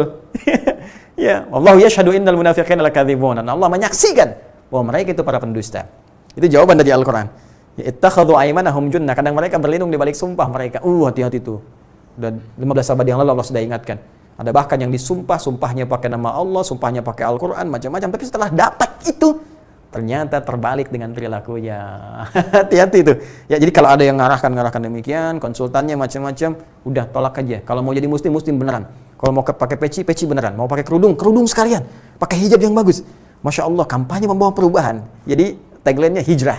Dengan kampanye hijrah mendekat kepada Allah. Jadi bukan cuma posternya dipasang tuh. Pakai jilbab beneran.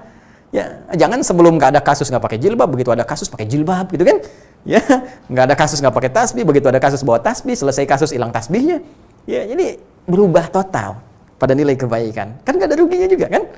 Justru itu membantu kita untuk tampil lebih baik. Nanti Allah berikan hidayah kepada orang-orang sekitaran. Tiba-tiba yang bisnis laku bisnisnya, yang berilmu benar ilmunya. Karena ada juga orang berilmu menyampaikan mudah tapi mengamalkan tidak. Atamuruna an-nasa bil birri wa tansawna anfusakum wa antum tatluna al-kitaba fala taqilun.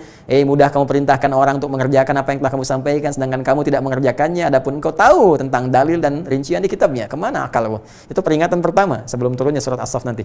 Yang tadi Al-Baqarah ayat ke-44. Jadi ini sangat berbahaya dan menular.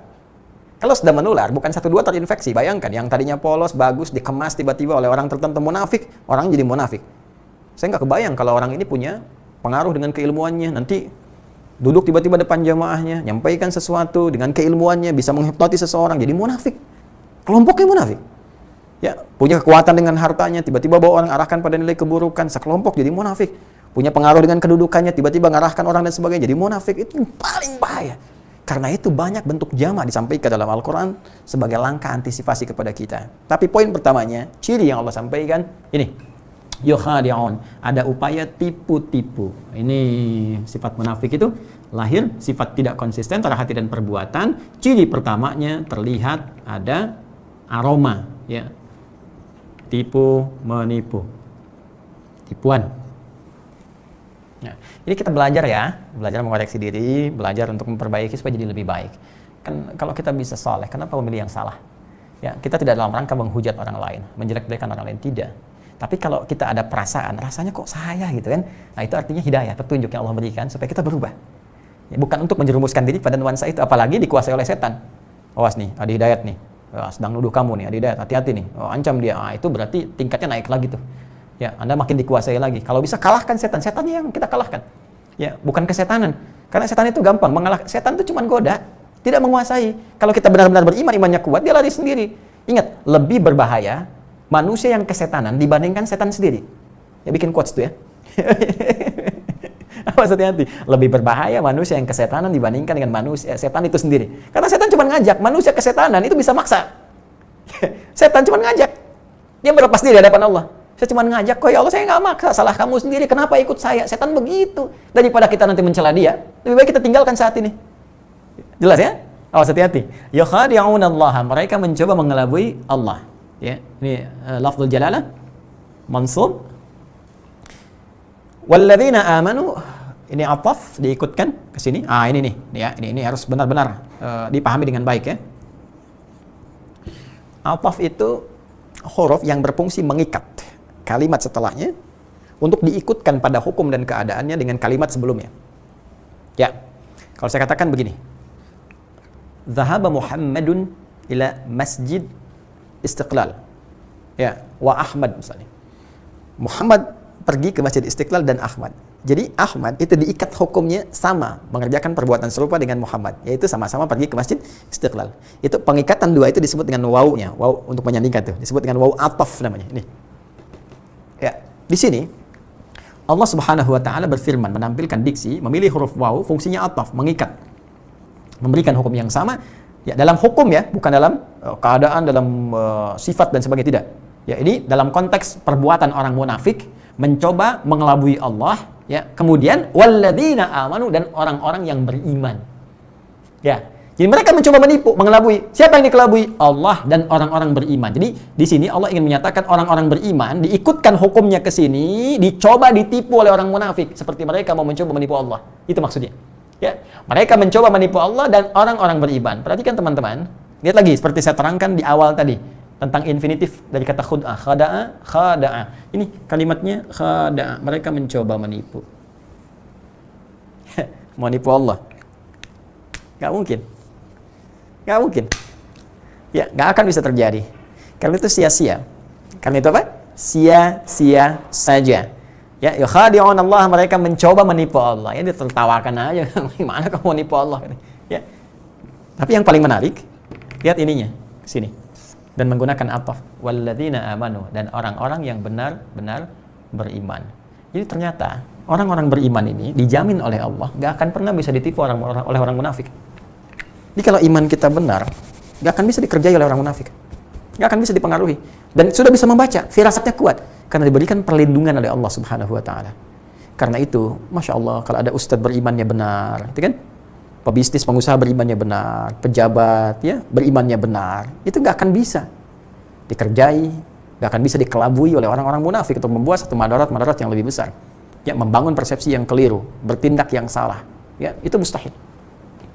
Nah, pertanyaannya, kalau masih ada orang munafik di sekitaran, kita belum peka, ya, belum sadar dengan itu dan bisa terbawa suasana itu, ini menandakan imannya lemah. Ini poinnya. Ini poinnya. Karena itu bangun kekuatan iman. Ya, maka insya Allah akan terhindar kita. Apapun usaha kita, berusaha. Tingkatkan. Bagaimana membangunnya? Kembali pada golongan pertama. Golongan pertama. Ya? Cek apa lagi? Begitu dicek, tak keluar. Salatnya mana? Untuk membangun kekuatan iman. Alladzina yu'minuna bil ghaib, kekuatan iman dibangun dengan wa yuqimunas shalah. Coba salatnya cek. Ya? Konsisten nggak? Kuantitasnya, kualitasnya. Mau sampai kapan salat nggak paham-paham yang dibaca? Dari cek pertama sholat sampai sekarang, berapa persen bacaan sholat yang dipahami? Dari takbir sampai dengan salam. Jangan-jangan takbir aja belum mengerti apa maksudnya. Doa iftitah belum paham maksudnya. Ruku belum mengerti. Yang tidak, sujud. Lalu apa yang kita dapatkan dari situ? Alhamdulillah, tugas tuntas ditunaikan, kewajiban hilang. Insya Allah pahala dituliskan. Hanya persoalannya, apakah manfaat sholat akan berdampak bagi kehidupan kita? Mana tanha anil fahsya wal munkarnya? Nampak nggak? Bukan kalau mengatakan inna sholata tanha 'anil fahsyi wal munkar. Munafik, nifak itu termasuk perbuatan mungkar. Jadi mungkar itu nggak akan tembus, munafik nggak tembus, orang jahil nggak tembus, keburukan nggak akan tembus pada jiwa kita. Fahsya, keburukan yang muncul lewat syahwat, pornografi, porno aksi, ya LGBT dan semacamnya itu nggak akan tembus. Nggak akan ada yang seperti itu. Ya, salat membawa ketenangan. Ala bi dzikrillah tatma'innul qulub wa aqimis salata li dzikri. Ya, zikir membangun ketenangan pada jiwa, termasuk salat bagian dari zikir, tenang. Doa cepat terkabul. Karena itu semua bacaan salat disebut dengan doa. Sekarang cek lagi, sholatnya bagaimana? Interaksi dengan Qurannya seperti apa? Ya, dengan akhiratnya bagaimana? Posisikan semua akan dihisab. Apapun yang kita dapati, apapun yang diamanahkan. Anda dilantik jadi pejabat misalnya, disumpah dengan apalagi Al-Quran tuh yang disumpahkan di atasnya. Hati-hati, jangan masuk dalam golongan ittakhadhu aymanahum junnah. Ya, coba cek bahwa ketika itu disimpan di atas kepala, suatu saat itu yang akan dipertaruhkan di hadapan Allah, akan dihisab dan akan pulang. Pengusaha juga demikian, Anda akan dihisab setiap bagian hartanya. Ya, setiap rupiahnya, setiap dolarnya, setiap realnya, setiap segalanya. Dari harta-harta yang didapatkan, itu akan dihisab. Ilmu juga demikian. Setiap tintanya, setiap kalimatnya akan dihisab.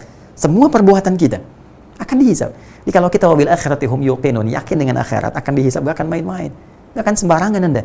Jadi begitu menghadapi proyek yang tidak jelas, mau tanda tangan dihisab nih. Masa jari tahiyat, jari sholat mau berbuat maksiat? Malu. Ya, malu dong.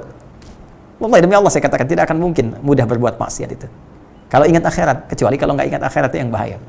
Ya, karena itu orang-orang yang beriman, yang kuat imannya itu punya kepekaan, tahu oh ini nggak benar, ini munafik. Kelihatan dari perilaku, jadi bicaranya aja udah nggak benar. Ya, udah nggak konsisten, kelihatan. Kadang-kadang kita meresponnya baik aja, dengar, ya. Ya, tapi di hati kita mendoakan ini orang nggak benar. Ada yang salah dalam pengaruh jiwanya. Ya kadang nampak bisa dengan pakaian, terlihat baik, atau islami, atau macam-macam, atau bahkan bikin status kalimatnya islami, tapi motifnya lain. Ya bisa jadi demikian. Ya, dan kita arahkan pada nilai kebaikan. Karena ini bahaya, virus ini bahaya. Kalau nggak ingat akhirat, bahaya. Ya, caranya bagaimana? Tingkatkan imun kita dengan menaikkan kadar iman. Ya, imun dengan iman. Ya kan? Jadi kalau imannya meningkat, imunnya pasti menguat. Dengan imun menguat itu, maka nilai-nilai iman akan memberikan petunjuk. Ini yang salah jauhi, ini yang benar ikuti. Baik. Wa ma yakhda'una, ya kan? Nah, ini sudah ngasih keterangan lagi. Udah hal di sini keterangannya. Wa ma yakhda'una illa anfusahum, dan tidaklah mereka yang menipu diri mereka. Ini bisa kita jadikan istinaf juga untuk memberi informasi.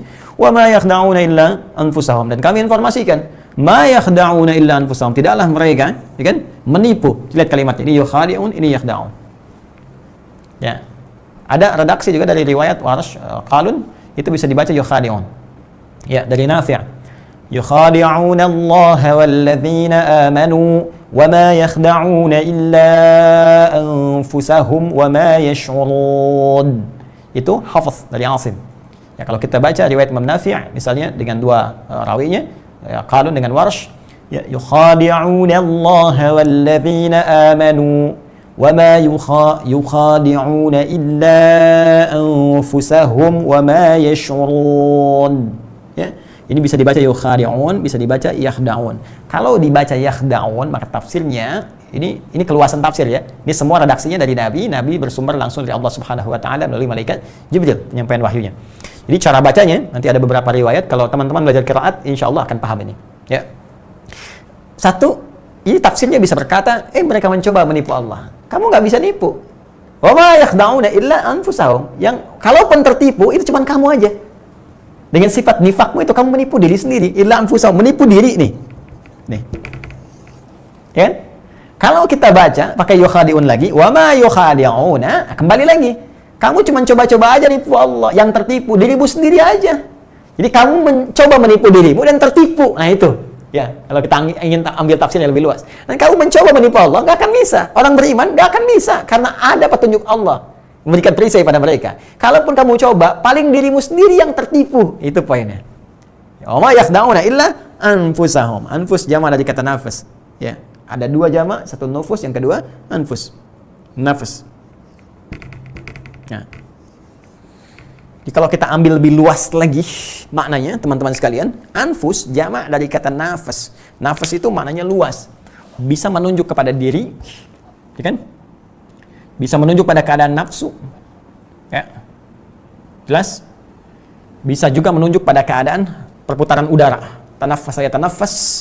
Ya, seakar awalnya sebelum ada hibrida derivasinya dari kata nafas. Karena itu diambil ke dalam bahasa Indonesia, diserap mana yang ketiga. Manusia kalau rohnya sudah masuk bisa bernafas. Nafas bagian dari kehidupan. Kan? Nah, nafas juga menunjuk kepada diri. Utuh. Jadi dari ujung kepala sampai ujung kaki. Nafsun, ya, menunjuk pada satu diri. Ya, bisa jamaknya anfus, bisa nufus. Misal, dalam ayat yang paling populer, ayat pernikahan. Kalau ada orang mau menikah kan suka nulis arum ya. Quran surah 30 ayat 21 ayat samara itu kan sakinah mawaddah dan rahmah, kadang-kadang unik dituliskan di surat undangan, yang ngundang nggak baca. Ayo siapa pelakunya? ngundang orang suruh baca. Oh min ayatihi an khalaqalakum min anfusikum azwajan litaskunu ilaiha wa ja'ala bainakum mawaddatan wa rahmah inna fi dzalika laayatil liqaumin yatafakkarun. Ayo ngundang yang ngundang nggak baca. Karena itu nggak siap saat berumah tangga, ya kan? Pengen sakinah mawaddah dan rahmah tapi jauh dari pemiliknya. Gimana bisa dapat sakinah kalau jauh dari Allah? Gimana bisa dapat mawaddah rahmah kalau jauh dari pemiliknya? Ya, ini poinnya, wa min ayatihi an khalaqalakum min anfusikum. Dan di antara tanda yang mendekatkan seseorang dengan Allah Subhanahu wa taala, Allah membuka ayat pernikahan dengan tanda yang mendekatkan diri kepada Allah. Di ayat adalah tanda yang mendekatkan seseorang dengan Allah. Ya, karena itu Al-Quran disebut dengan ayat. Al-Baqarah, 286 ayat, Ali Imran 200 ayat, An-Nisa 176 ayat. Demikian. Kenapa disebut ayat? Karena setiap kali kita berinteraksi dengan Al-Quran, keadaan kita merasa lebih dekat dengan Allah. Ya, itu yang diisyaratkan di Quran surah ke-8. Ya, Al-Anfal ayat kedua. Innamal mu'minuna alladzina idza dzukirallahu wajilat qulubuhum wa idza tuliyat 'alaihim ayatuhu zadatuhum imana wa 'ala rabbihim yatawakkalun. Sungguh orang beriman yang sejati itu yang benar imannya. Jika disebutkan nama Allah ada getaran di jiwanya. Nah, jadi kalau pengen ngecek iman kita, disebut nama Allah ada getaran nggak? Karena itu dalam sehari Allah memerintahkan untuk disebutkan namanya 5 kali dalam setiap pergantian waktu. Masih ingat? Subuh, zuhur, asar, maghrib, isya. Bukankah setiap berganti waktu disebut nama Allah? Ya, disebutkan supaya terdengar di telinga kita. Telinga bahasa Arabnya udhun, jamaknya adzan. Maka ada panggilan yang didengar oleh telinga disebut adzan 5 kali dalam sehari. Bukankah kalimat pertamanya dalam adzan disebutkan nama Allah? Allahu Akbar, Allahu Akbar. Ya kan? Nama Allah kan? Nah, coba waktu adzan itu ada getaran nggak di jiwa kita? Ini kalau disebutkan Allahu Akbar, wajilat qulubuhum. Ada bergetar. Bergetar itu bukan dag-dig-dug, seperti mohon maaf di jalanan lihat polisi karena melanggar lalu lintas, bukan begitu. Atau lihat seseorang yang sangat kita cintai kemudian dag-dig-dug tidak karuan, bukan. Jadi ada semacam tak sudah adzan. Nah, itu tandanya masih ada iman. Ya, tapi kekuatannya bagaimana? Nah, itu bisa diukur. Jadi kalau kita Allahu Akbar, Allah sudah adzan, siap-siap dulu ah. Nah, itu imannya bagus, standar. Jadi kalau standar itu artinya waktu sholatnya sadar, siap dia menunaikan sholatnya. Hafidhu ala salawati wa salatul wusta wa qumu lillahi qanitin. Quran surah kedua ayat 238. Jaga waktu-waktu sholat. Jadi kalau ditunaikan pas waktunya itu standar. Ya, iman biasa, standar. Anda jam kerja jam 7, masuk kantor jam 7, pas kan standar. Kalau Anda datang jam 6, hebat namanya. Ya, datang jam 8, terlambat, lemah namanya, ya kan? Di bawah standar. Ya, di bawah standar itu apa? Tanah, jalan. Standar dengan ban, kan? Di bawahnya jalan. Di bawah standar. Nah, mohon maaf, ya kembali tadi. Allahu Akbar, Allahu Akbar. Ingat, ya Allah, sudah tiba waktu sholat, saya mau sholat dulu. Berarti imannya standar. Biasa aja. Ya, yang dahsyat itu sebelum adzan, udah nanya. Kapan waktu sholatnya? Siap-siap nanti. 5 menit sebelum adzan udah siap-siap. Masya Allah. Ada yang 20 menit, ada yang 30 menit siap-siap. Ya. Ada yang sekarang baru isya, nanya subuh besok. Subuh aja belum. Besok subuh jam berapa ya? Saya mau bangun tahajud. Allahu Akbar. Masya Allah. Ya, bukan subuhnya dulu yang dipikirkan. Tahajudnya bahkan ingin dikerjakan. Ini menunjukkan imannya luar biasa. Ya. Ada yang Masya Allah. Subuh aja belum dan nanya, isya besok jam berapa ya? Ini baru selesai isya dan nanya lagi besok isya jam berapa ya? Kayaknya maju, saya mau persiapan dari subuh ke isya. Itu luar biasa. Ya, TOP BGT, top banget imannya. Ya, tapi kalau ya besok subuh jam berapa ya? Wah, ini 4:30. Kok cepet amat ya? Si amat aja nggak cepet-cepet. Ah, ini repot nih. Ya, ini udah berkurang. Apalagi kalau sedang nggak peduli itu yang repot. Ya. Hati-hati kalau dengar suara adzan, apalagi kalau ada yang langsung kontra. Ini suara apa sih? Bising nih, gak enak nih. Panas saya. Kepanasan bahaya. Kepanasan dengar suara adzan artinya sedang dikuasai oleh setan. Karena cuma setan yang kepanasan dengar suara adzan. Ya, jika dikumandangkan adzan dia lari sambil terbirit-birit. Ya, fa'alaihi dhurat. Kalau bahasa tekstualnya sambil terkentut-kentut. Maksudnya saking bencinya dengan suara adzan, kalau adzan ada baunya pun dia mau tutup tuh. Itu setan. Ya, karena itu normal kalau terdengar adzan karena setannya pergi. Kadang-kadang orang yang nggak biasa sholat pun bisa berkata ya sudah adzan ya nggak sholat dulu karena nggak ada setannya. Nanti faida thuwiba kalau adzan telah selesai ada setan datang lagi, tenang aja baru adzan belum qomat. Nah itu ya persoalan kembali. Baik, jadi Allah mengecek kepada setiap hamba, memberikan parameter 5 kali dalam sehari. Imannya ada nggak? Karena sekarang begini teman-teman, pengaruh pergantian iman yang dibisikkan oleh setan itu bukan hari per hari, ya day by day. Bukan minggu per minggu, pekan per pekan, bukan bulan ke bulan. Itu bisa menit ke menit, jam ke jam bisa berubah. Makanya Nabi pernah mengatakan ada orang paginya beriman, sorenya bisa kufur. Bisa terjadi. Karena itu bisa kita cek ya kekuatan iman kita. Dari mulai subuh ke zuhur itu menguat nggak? Ya, zuhur jamaah. Ya, asarnya cek jamaah lagi nggak? Kalau turun jadi sendirian, nggak ada sebab yang syar'i berarti iman turun, lemah. Harusnya naik terus kan? Minimal kita pertahankan. Subuh jamaah, alhamdulillah. Zuhurnya jamaah lagi, asar jamaah lagi. Tingkatkan. Baca Qur'annya bagaimana? Salawatnya pada Nabi bagaimana SAW dan seterusnya. Tingkatkan terus. Ya, kalau kita bisa naikkan, jaga sampai kita wafat, nah itu kabar baik insya Allah. Setiap hari diingatkan 5 kali. Nah, kemudian wa idza tuliyat 'alaihim ayatuhu zadatuhum imana wa 'ala rabbihim yatawakkalun. Kalau dibacakan pada mereka ayat-ayat Allah, ayat-ayat zadatuhum imana, bertambah keimanan mereka, wa 'ala rabbihim yatawakkalun, dan semakin terhubung mereka dengan Allah, bertambah kedekatannya. Tawakal itu membangun kedekatan dengan Allah. Jadi orang tawakal orang yang meningkat kedekatannya dengan Allah. Jadi ayat itu memberikan tanda kepada setiap hamba untuk mendekat kepada Allah. Pernikahan dalam Al-Quran itu pembukanya dibuka dengan kalimat ayat, seakan-akan memberikan pesan kepada kita bahwa hikmah tertinggi dari pernikahan itu membangun kedekatan kepada Allah. Bagaimana bekerja sama suami dan istri, keluarga, untuk semua bekerja sama untuk membangun kedekatan dengan Allah, saling mengingatkan, saling melengkapi. Karena itu statusnya naik dari sendirian menjadi berjamaah, ya kan? Walaupun nggak bisa ke masjid, suasana pandemi tertentu, wilayahnya misalnya sulit, di rumah dia bisa berjamaah, dan seterusnya naik. Tapi ingat, min anfusikum, ana khalaqalakum min anfusikum. Kami ciptakan pasangan itu sejenis kalian. Apa yang dimaksud jenis? Sama-sama manusia, jenisnya manusia. Ya, awas jangan salah tafsir nih. Jadi kalau nyomot nggak paham ini dalil pernikahan sejenis. Oh, wajahmu sejenis, Suneo. Ya, tidak, bukan itu maksudnya. Ya, bukan itu. Ya, jadi awas, hati-hati. Suneo aja tidak sejenis kan? Suneo masih suka Shizuka, ya, berlomba dengan Nobita, di cover oleh Giant. saya baca itu. Jadi maaf, jangan coba baca sendiri, nafsirkan sendiri. Kalau tidak paham isinya jangan dilakukan, bahaya. Ya, jadi jangan sampai baca terjemah jadi ahli tafsir. Itu sangat berbahaya. Tanya pada ulama, tanya pada alim, tanya pada ustaz. Yang dimaksud di sini dari jenismu, dari manusia. Ya, jenis manusia dari ujung kepala sampai ujung kaki. Jadi pernikahan yang dibenarkan oleh Allah manusia dengan manusia, bukan manusia dengan jin. Wah, ini terjadi pernikahan antara manusia dengan Nyai Roro Kidul. Mana nikahnya? Yang mana bentuknya? Ya kan? Terjadi pernikahan manusia dengan jin, terjadi hubungan manusia dengan hewan. Apa nggak ada manusia yang cocok semuka bumi sampai nyari hewan? Gitu. Manusia lebih sempurna, disebut ins, kulitnya halus, lembut, penampilan bagus, lebih daripada hewan. Silahkan cek, kalau nggak percaya Anda ke Ragunan sana. Nanti kalau suasana udah enak. Ya, satu-satu setiap kandang, bandingkan dengan Anda, cari cermin, bandingkan. Ya, monyet absen, lihat wajah Anda, bandingkan dengan monyet. Masih cakep Anda? Singa, penyu, ular, semua Anda. Jadi kalau ada yang baik, kenapa cari yang lain? Sudah ada fitrah di situ.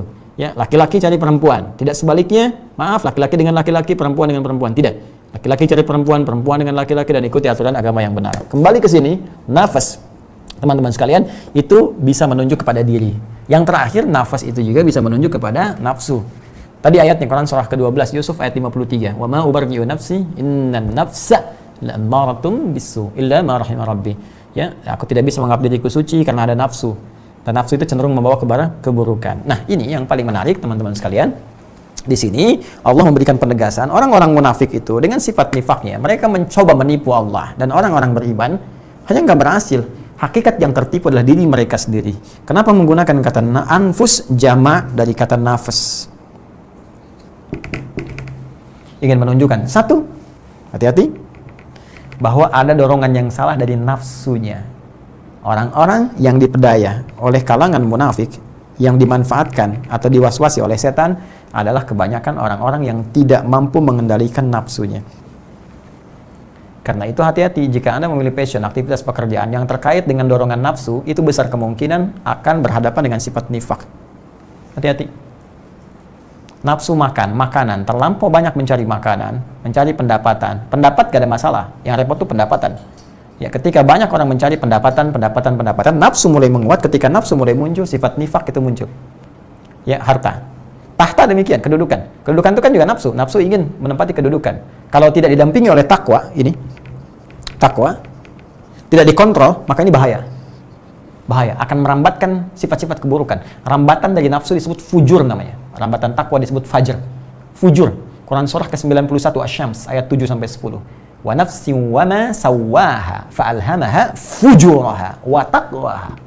Qad aflaha man zakkaha. Jadi kalau kita ingin mengondisikan, mengontrol nafsu, rambatannya fujur, itu kontrol dengan takwa, lawannya.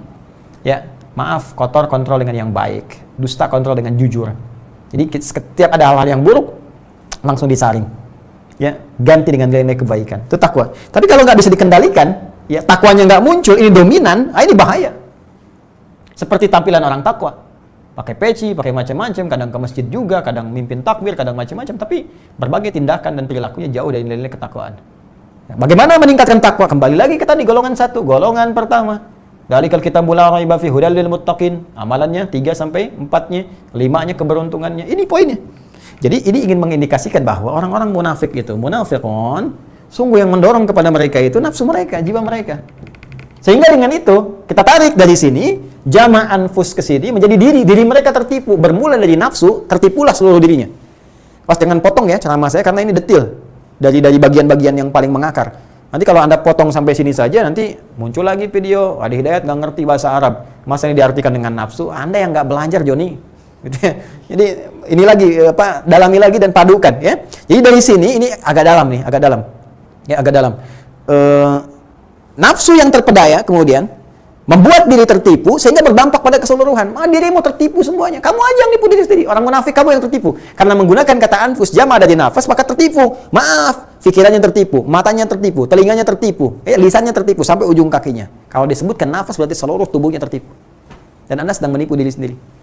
Apa nggak kasihan pada diri Anda, itu bahasanya. Apa kamu nggak kasihan pada dirimu sendiri? Kamu tertipu. Wa ma yash'urun, dan mereka tidak menyadarinya. Mereka tidak merasakannya. Karena mereka kadang-kadang nggak sadar, kita mesti bantu. Ya. Dan diantara bantuan terbaik itu doa, kan?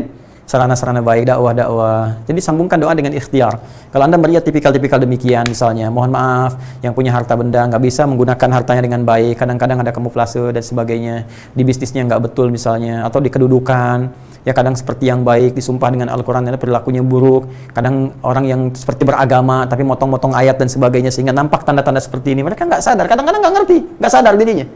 Maka apa yang kita lakukan? Pertama, kita doakan, minta kepada Allah supaya diberikan petunjuk dan arahkan pada nilai kebaikan. Dan yang kedua, kita boleh tunjukkan, ya, misalnya talim-talim semacam ini, ya muhadharah, ya buku-buku tentang bahaya sifat munafik, bikin status-status tentang bahaya munafik dan sebagainya supaya sadar. Ya mungkin dari 1000 orang, 600 orang, 700 orang, 800 orang, alhamdulillah 3-4 orang sadar bisa mempengaruhi yang lainnya lagi, gitu kan? Sehingga usahanya dibagus semua, ilmu jadi baik lagi dan sebagainya. Nah, jadi ini teman-teman sekalian, di bagian ayat yang ke-9 Allah ingin menyampaikan bahwa ada kondisi-kondisi tertentu yang mesti kita waspadai. Di antara ciri-cirinya tadi ada semacam triki, tipuan yang seperti nampak baik di hadapan, tapi terlihat ternyata tidak konsisten dalam apa yang dibangun dengan perilaku, dengan apa yang menjadi rencana-rencana dalam perilaku orang munafik ini. Nah, apa yang menyebabkan itu terjadi? Kok bisa unik gitu antara hati dengan perilaku nggak sama? Harusnya kan kalau nampak luarnya begini, dalamnya tuh ikut tuh. Tapi ini luar dalam nggak sama ini. Ya, luar dalam nggak sama. Kok bisa gitu? Kayak kelihatannya bagus, luarnya, dalamnya kok nggak begitu, nggak mengikut. Apa masalahnya? Nah, masalah inilah kemudian yang dirangkum di ayat yang ke-10-nya. Ada apa di hatinya sehingga hati nggak sama dengan tindakan? Ya, hati di sini yang mengatur, mengontrol seluruh tindakan disebut dengan kolbun. Bukan hati dalam pengertian fisik ya, yang bisa sehat, bisa sakit dalam pengertian fisik, bukan. Ya, ini yang dimaksudkan, ini konteks keimanan, konteks spiritual. Dalam bahasa Arab disebut dengan qalbun, jamaknya disebut dengan qulub. Karena itu ayat ke-10 dibuka dengan kalimat fi qulubihim marad fazadahumullahu marada. Ya, walahum adzabun alimum bima kanu yakdzibun, atau di riwayat dari Imam Nafi' yukadzibun. Itu unik tuh. Kalau golongan kedua adzabun azim, golongan ketiga adzabun alim. Ya, azim dengan alim. Apa bedanya di antara itu? Apa yang menjadikan hatinya kemudian sakit dan bagaimana cara mengobatinya? Seperti apa nampak tanda-tanda ini kalau terlihat pada orang beriman? Terutama kalau dari ibadah nih, kelihatannya seperti apa deteksinya? Ya, ini karena Abdullah bin Ubay bin Salul sholat juga. Cuma seperti apa gitu kan? Ya, sholatnya bagaimana kelihatannya? Kok bisa nggak nganalisis orang munafik dari sholatnya? Ya kan? Atau dari amalannya yang terlihat beramal tapi berbahaya? Ya, terus dari perilakunya seperti apa gambarannya? Nah, insya Allah nanti kita akan bahas kembali di pertemuan berikutnya plus solusi-solusinya. Ini kalau ada yang terinfeksi dengan penyakit ini, wabah ini bukan pandemi lagi nih. Ini sudah terus menular nih, 15 abad naik, bahkan sebelumnya ada, ini harus kita atasi bersama-sama. Ya, bersama Allah kita bisa, karena itu mendekat kepada Allah Subhanahu wa taala supaya Allah berkenan mengatasi seluruh kesulitan-kesulitan yang kita alami sampai dengan saat ini. Teman-teman sekalian, saya kira singkat tapi padat itu yang bisa kita bahas untuk kesempatan pekan hari ini. Insya Allah kita sambungkan di pertemuan berikutnya, masih dalam kajian yang sama, Aqsa Al-Quran Sunnah Solution. Dan selanjutnya nanti kita akan bacakan juga dari kitabnya seperti apa, gitu ya. Kemudian supaya mendapatkan tambahan-tambahan wawasan yang melengkapi dengan yang lainnya, sekaligus mengontrol uraian-uraian yang saya sampaikan, sehingga juga punya argumentasi kuat dari keterangan-keterangan para ulama. Jadi kalau nanti ada ulama-ulama lebih baik menyampaikan, kemudian saya berbeda dengan mereka, bukan mereka berbeda dengan saya yang berbeda, maka ambil keterangan mereka, tinggalkan pendapat saya, ya kan? Nah, kecuali jika pendapat saya berkesesuaian dengan apa yang mereka sampaikan, yang benar-benar bersumber pada keterangan Allah dan Rasul, kita cari, kita sepakati, maka silahkan amalkan itu petunjuk Allah dan Rasulnya Sallallahu Alaihi Wasallam. Tapi tentunya mencari dengan cara yang benar. Jangan baca 1-2 buku, ya dengar 1-2 orang, kita pahami lagi dengan lebih menyeluruh sehingga paham sampai dengan ke titik-titiknya dan bisa kita amalkan dengan baik, dan sibukkan diri kita dengan memperbaiki diri. Saling mendoakan pada kebaikan. Sibukkan ya dengan beramal saleh, sibukkan dengan berniat yang baik, sibukkan dengan tilawah Al-Quran. Insya Allah itu akan lebih tenang kepada jiwa kita dan membimbing kita untuk beramal dengan lebih baik. Karena sekarang ini kita rasakan, teman-teman, kalau kita benar-benar mendekat kepada Allah, itu semua itu terlihat nilainya hanya nilai yang Allah berikan saja. Ya, yang di depan mata kita itu cuma fata morgana saja, sudah semuanya. Kaya, apakah pintar, apakah mewah, kuat, ini semua nggak ada di hadapan Allah kecuali apa yang Allah ridhai. Ya, jadi kalau udah kita masuk ke suasana itu, bukan nikmat aja deh. Mau jualan ini kah, pecel ayam kah, jualan ini kah, jualan pisang goreng kah. Pokoknya kita kalau udah paham tuh rumusnya, rumus takdir, rumus begini, itu nikmat aja. Ya, tinggal kita menunggu perjumpaan waktu kita berjumpa pulang kepada Allah Subhanahu wa taala. Karena itu kita bersinergi, baik-baik ya.